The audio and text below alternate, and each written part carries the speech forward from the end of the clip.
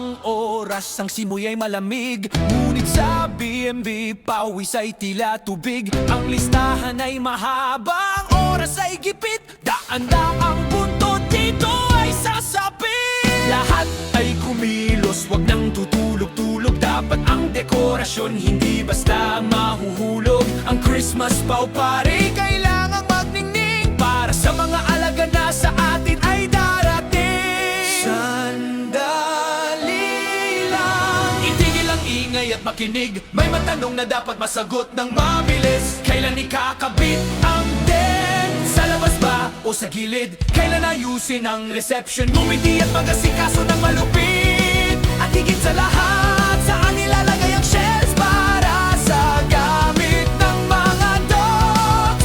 Dahil ayaw nating maging magulo ang ating mga vlogs. Abala ang lahat, kayod para sa mga balbon.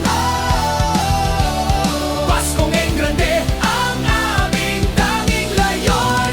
Mula sa maliliit na paa hanggang sa malalaking tahol, dito sa BMB pagmamahal ang hahabol. Parking bells are ringing, buntot ay kumakawag. Sa Christmas Pau-Pari, lahat ay tinatawag. Pintura sa dingding, tuyong-tuyo na. Pagkaing masustansya, nakahanda na. Ang mga Christmas tree, ligtas sa ihi at kagat. Dahil ang serbisyo natin dapat ay sapat. Ihanda ang mga tali, ihanda ang mga treats. Ang BMB ay handa na sa pinakabonggang feast. Wala nang hihigit sa sayang hatid ng mga asong itinuturing nating kapatid.